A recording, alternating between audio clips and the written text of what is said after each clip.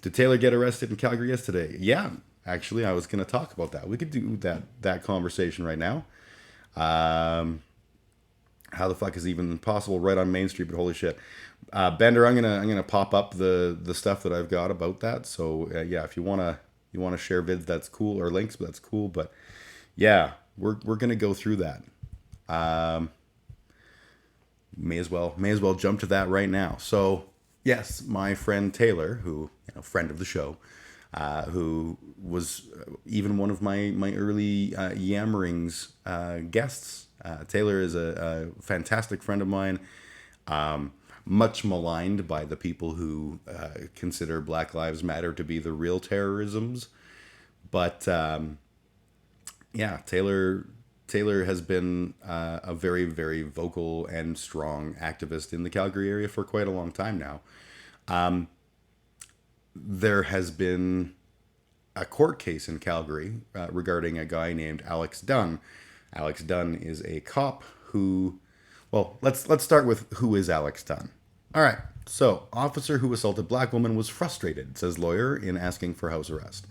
Constable Alex Dunn, 34, was convicted of assaulting Dahlia Coffey during a violent arrest in 2017. So, Calgary police officer who slammed a handcuffed woman or black woman onto the floor face first should spend 9 months in jail, the prosecutor argued Thursday while Constable Alex Dunn's lawyer asked for his client to serve time in the community instead. I'm not going to show you the video because I think that the video is just unnecessarily gruesome and I don't want to look at it. Basically, it's not like, slammed her to the ground like shove. Like he full on fucking slammed her face first into the ground. A handcuffed woman who was under arrest for, if I'm not mistaken, she had violated a curfew. So like that's a reasonable approach to violating a curfew. You should definitely get face first slammed into the ground. Dunn was convicted. Oh, I'm just going to quickly check chat, make sure I'm up on all this stuff. Unmitigated assault by police officer on a peaceful protester. Yeah, her and the other protester were protecting another person who was attacked and they got arrested, but the white woman was walking freely uncuffed. Yeah, it's totally sickening. Alex Dunn was convicted of assault causing bodily harm stemming from the violent arrest of Dahlia Coffey on December 12th. During Thursday's sentencing hearing, Corey Wilson, Dunn's lawyer, said his client is guilty of being frustrated with Miss Coffey, taking her to the ground in a judo-style throw. This approximately 2-second incident has forever changed the lives of Ms. Coffey and Mr. Dunn. It's important to note, if I'm not mistaken, Ms. Coffey is dead. Yeah, changed her life. He didn't directly kill her with that attack, but she died before the trial occurred. She had a history of drug use, I believe. If I'm not mistaken, she died related to drug use. And I don't think that being face slammed by a cop helped that too terribly much. Wilson proposed a sentence to be served in the community with a combination of house arrest, curfew, and probation, or if the judge feels jail is appropriate, 30 to 45 days served on weekends. So that's the guy. There's the video of the handcuffed woman getting assaulted. I don't want to. Coffey, who was black and 26 years old at the time, had been arrested by Dunn during a traffic stop for breaching a court-ordered curfew and brought to the arrest processing unit. There, Coffey was ordered by Dunn to stand against a wall to have her photo taken. Dunn then reached toward her head twice in an attempt to remove Coffey's hair scarf. Video from APU shows Coffey ducking away from Dunn as he tries to remove the scarf. In what Wilson described as a momentary loss of judgment, Dunn flung Coffey to the concrete floor with her hands still cuffed behind her back. Coffey's head can be seen bouncing off the ground with a pool of blood quickly forming. I'm just looking to see if there's anything here about... maybe I'm wrong. I might have it completely wrong. Let's just check if... is Dahlia Coffey... dies. So... victim of assault by Calgary police officer dies before constable sentencing. So she is dead, and that is the thing. So that's who Alex Dunn is. Taylor and the Black Lives Matter folks in Calgary had been organizing this is now the third week of protests. Pardon me. Third week of protests outside the courthouse demanding that Alex Dunn be fired. Alex Dunn is on unpaid leave, but he's still a cop. And the demands, I think, are entirely reasonable. I don't think I ever felt that much rage watching a video like that. Yeah, Coffee died from an OD. Guaranteed she was coping with that whole bullshit. I felt like, I tell you, yeah, I've always had respect for cops. I have many cop friends. I give them respect even if they don't deserve it. But I tell you, with these past few incidents, my mind is slowly changing.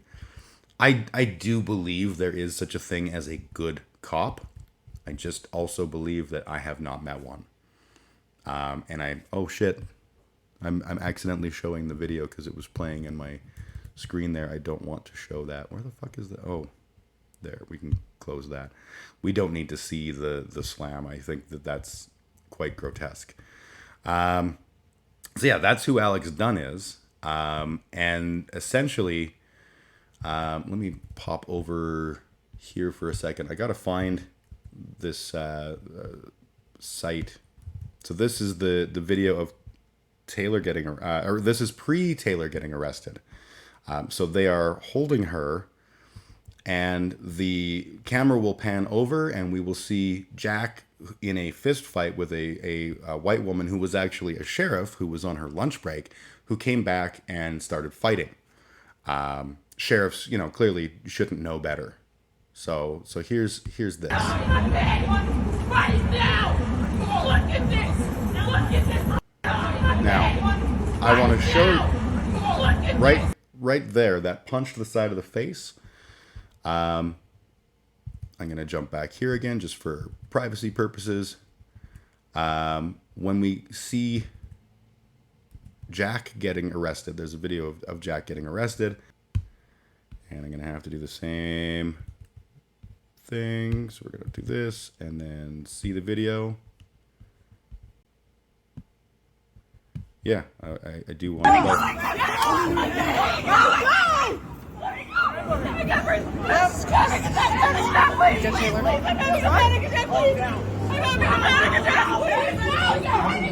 Okay, oh, hang on. I'm trying to get a good shot of it. This person is begging for their life and they deserve to have a document. I can't while you're on me. I can't while you're on me. This is a they, them, he person. Okay, now take a look. If you can see on the screen, I don't think you can see my mouse, but it's right there. She has a giant welt right here from that cop punching her. The off duty going on lunch break cop. That's a sign that she's taken an ass kicking and probably has some head trauma. Guess who didn't get to see a doctor when they were in the police holding? This is a they, them person. I have PTSD. Please let me go. Please. And here's the video of Taylor getting arrested. I was defending someone. I was defending someone from me. I was defending him. Let me go. Let him go.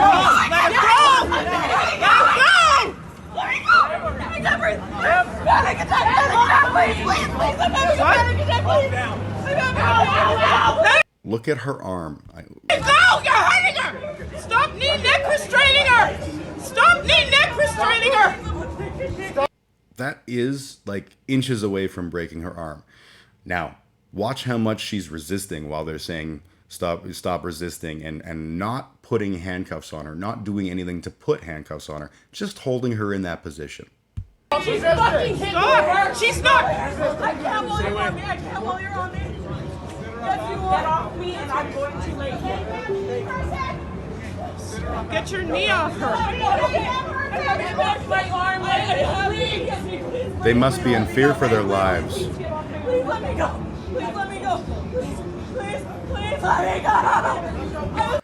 I'm going to stop it there because the following the bit that happens next, they finally put the cuffs on her after like a minute and a half of keeping her in that fucking brutal armbar. And then they go to help her up, and she's ample bosoms falling out of shirt practically, and they help her. But I don't feel like we can respect Taylor's privacy a little bit. Pretty clear whose side they're on. No law enforcement involved here. This is assault. Yeah, and that's the thing is this is a clear-cut case. This sheriff was coming back from their lunch break of some kind of exercise class, from what I understand, and got mouthy. There was some kind of an altercation. I don't know who did what, but all of a sudden she's just laying into Jack, and there's two cops holding Taylor back, not stopping the fight. Now, keep in mind, this is the fucking courthouse. There's about 1 million cops in there, and only just didn't feel like the need to do stuff. That was gross. So that's what happens. The funny thing is, they're there to protest against police violence, and what do? Police violence them. Good fucking call, Calgary. You guys are doing great.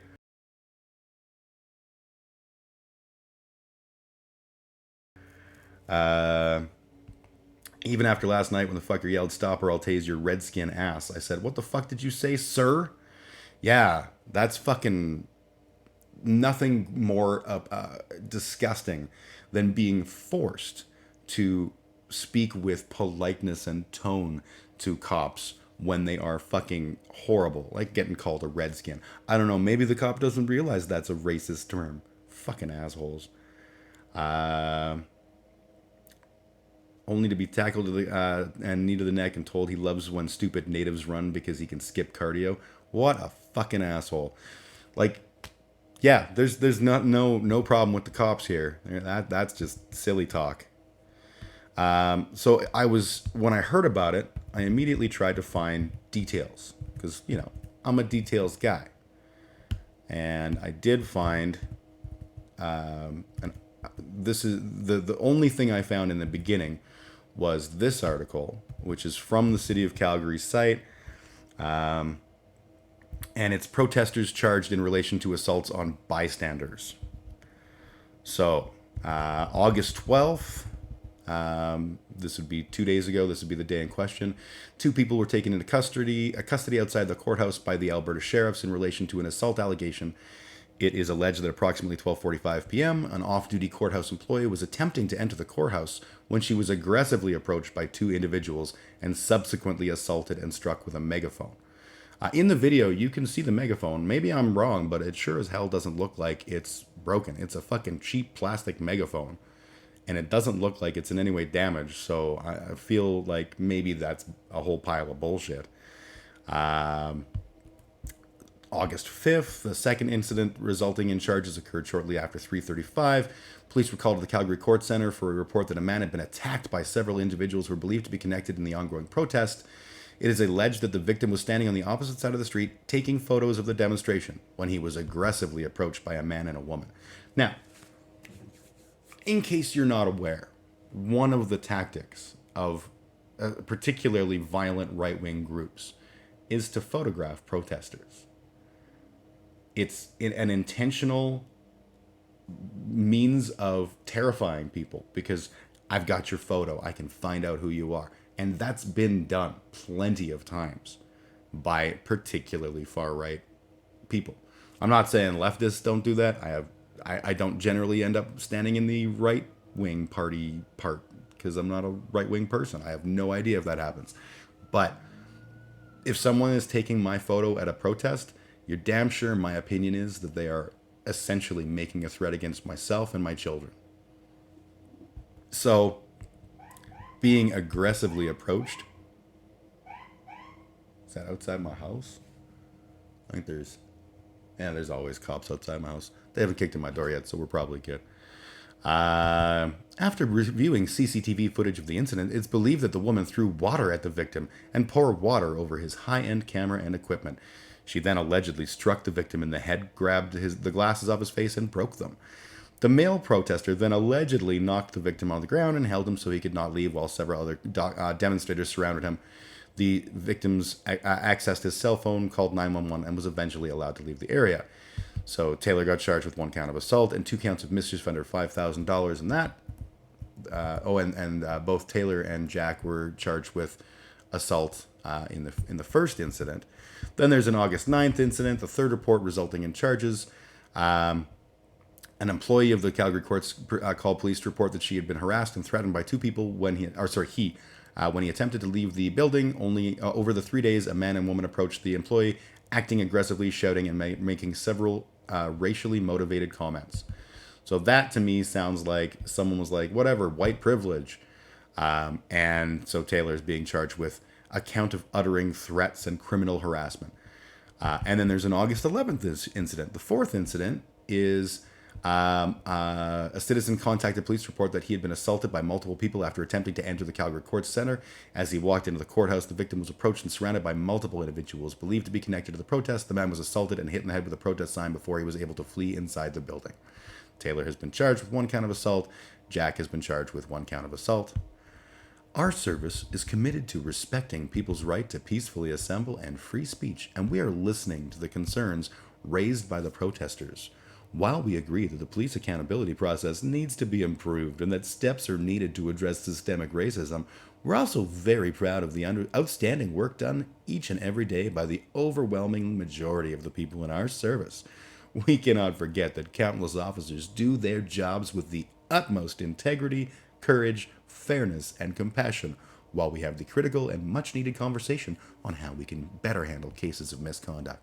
Isn't that great, folks? Isn't that great? There's so many good people on both sides. Like the guy that referred to Bender as a redskin, and then with his knee on his neck told him he loves it when stupid natives run because he can skip cardio. But I'm sure we're just inventing that, aren't we? Cops are never assholes.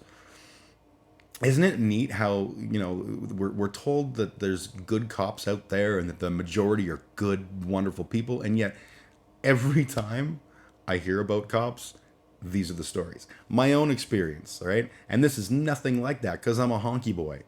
But the night that I got robbed and pepper sprayed, the cops were great. They took my statement. They helped me get the pepper spray out of my eyes, all that kind of shit. Like they were very helpful, and I will give them that credit. Abso-fucking-lutely, because I was the victim. A couple months later, I get a phone call from these detectives, and they're like, "We want to come by and show you some mugshots." And I was like, "Dude, homeboy was wearing a balaclava. Like, I didn't see his face. I don't know what you're expecting here." And they're like, "Just look around the eyes." Oh, okay. For the 10 seconds I saw the guy before my eyes were full of pepper spray, I mean, like, you can bring books over and I'll flip through them. And they give them to me, and I'm flipping through, and they're all black guys. Every single photo is a black guy. And I was like, I told you. Initially, I thought it was a Hispanic guy. And upon reflection, I called back and was like, I don't think it was a Hispanic guy. I think it was a guy doing like a Cheech and Chong voice. Because it didn't sound like a real Hispanic voice. It sounded like, "Hey, man, what you do me?" Like that kind of like, fake accent.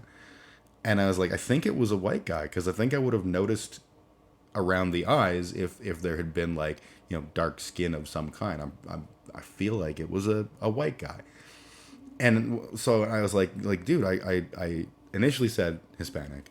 Then I said I thought I was wrong, and why I thought I was wrong, and what I thought was probably a white person. You've come here with a bunch of books, or pictures of black people, and they're like, "Your story keeps changing, boy.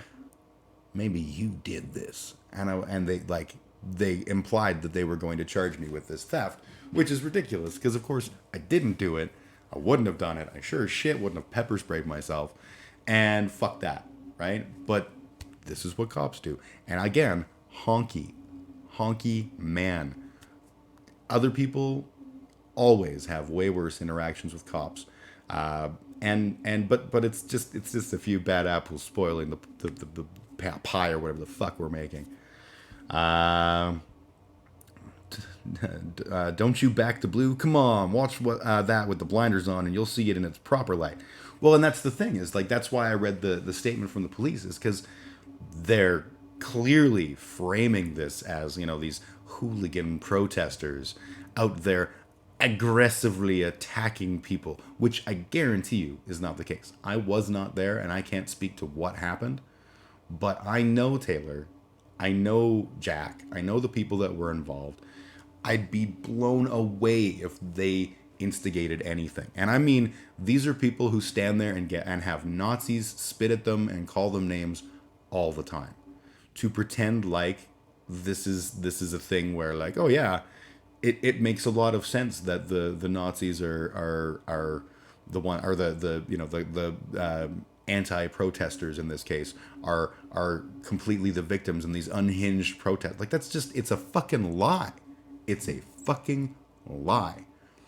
And it bothers me how A, there's very little media attention, and B, most of that attention is like copy pasta straight out of that news release from the city. So, yeah, good diverse city we live in. What makes me sick is all the tax dollars they're spending to remove the sidewalk chalk daily. For fuck's sake. Yeah, sidewalk chalk. Apparently that's the $5,000 mischief misdemeanor, was using sidewalk chalk. So if that's the case, I know of a bunch of kids in this neighborhood that use sidewalk chalk. Let's fuck them up. Let's throw them to the ground and humiliate them. That'll be fucking awesome. Right? Note on my story, they held me for 6 hours while they confirmed my identity and that the Jeep was in fact mine. No apology. The rookie cop wouldn't even look at me. His partner, though, got a handshake and a thank you for your service as they dumped me in the mental unit because I couldn't calm down and needed drugs. Rookie cop's words again. Taylor has had rape and death threats sent to her using pics taken by losers across the street. Get fucked. Yeah, absolutely. I've been to protests and I know what across the street is. Across the street is the people who are there to counter-protest you. And in the case of the protests that I've been to with Taylor, across the street has been white supremacists who are taking pictures and who are glowering and calling all manner of names and trying to go to fight because that serves their interest. And somehow Taylor's able to just laugh those off 10 times out of 10 in front of cops, in front of witnesses, in front of whatever. Doesn't give a fuck about the fact that these ignorant people are acting ignorant. But suddenly she's taken the black pill and she's read black pill, probably bad use. The black pill refers to like the doomer view as opposed to, something about blackness. It's not a race thing. Sorry. But now she's apparently become this aggressive super soldier for evil, part of the Antifas that burnt the city of Calgary down. That's why there's smoke in the sky, it tells you. It's Antifa. Fuck that. Thugs and bullies whose job is to intimidate. Yeah. And so that's why I kind of have a problem with the whole cop thing. It's why I'm constantly fucking saying all cops are bad, because they are. Alex Dunn does this, and cops didn't stop him. He was in a fucking police department full of cops. Cops didn't stop him. When I worked as a bouncer, if I could tell that the person I was working with was dealing with a situation and they were getting heated, my legal job was to tap them out or tag them out. Come over and be like, I got this, take a break, and continue on. That's what bouncers are expected to do. Cops are allowed to just body slam people who are in handcuffs. That's neat. The way they took down Taylor with, there was no attempt to like, hey, we're going to talk about this. They just piled on and drove her into the ground. That's fucked. That is absolutely fucking wrong. That she's daring to shine the light on reality. They can't afford that, so they attack her reputation and use propaganda to do it. Tell the lie often enough, and it works. Yeah, those threats had Antifa plastered all over them. Misdirection. Then they see it. Then they say, "See, it was the left." Yeah, absolutely, absolutely. This is a propaganda campaign, and that sounds like a grandiose statement, but it's really not. The police are presenting my friend Taylor to be a monster that she's not. Taylor's not perfect. And if suddenly they show me video of exactly what they're describing, where an enraged Taylor just randomly starts attacking people for having the audacity to go into the courthouse, okay, then I'll eat those fucking words. But I don't think that video's coming anytime soon. Gaslighting and setup, it's not grandiose. It's war. Yeah, it fucking is. And it's a war against people like us. Obviously, Taylor's black. Taylor, that's a whole other component of the war that I can't understand. But I'm poor and I'm lefty and I'm all these things. So they're at war with me too. And the funny thing is, those angry motherfuckers on the right who keep screaming about Antifa burning their schools down while they're punching people in the face for no apparent reason, the cops aren't on their side either. We saw that all throughout the summer.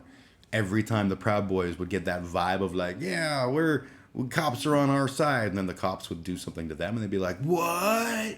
What's happening? Those fucking idiots, January 6th. Some of them seemed legitimately like, why are you trying to stop us from insurrection? You should be behind us. We're good. We're patriotic. Because that's the fucking situation we're in. And it's not even troubling. Like, troubling is such a bullshit word for this. This is fucking sickening. First off, I want to say thank you for watching. If you've enjoyed, please like and subscribe. It really does help me out. Thank you to my patrons that support me on Patreon. I am a little streamer, and these people are all really awesome for supporting me. Thank you to I Am Canadian. Special huge thanks go to my one prophet, Shithead Dave Anderson. And of course, my final tier of supporters is the Gods. This tier is the most expensive and likely to never have any members, but Patreon really told me I should have one, so it's true, I guess. There are no gods. I try to put up stuff at least once a week, and I live stream every Saturday at noon Mountain Time on Twitch, YouTube, and Facebook, like an old man.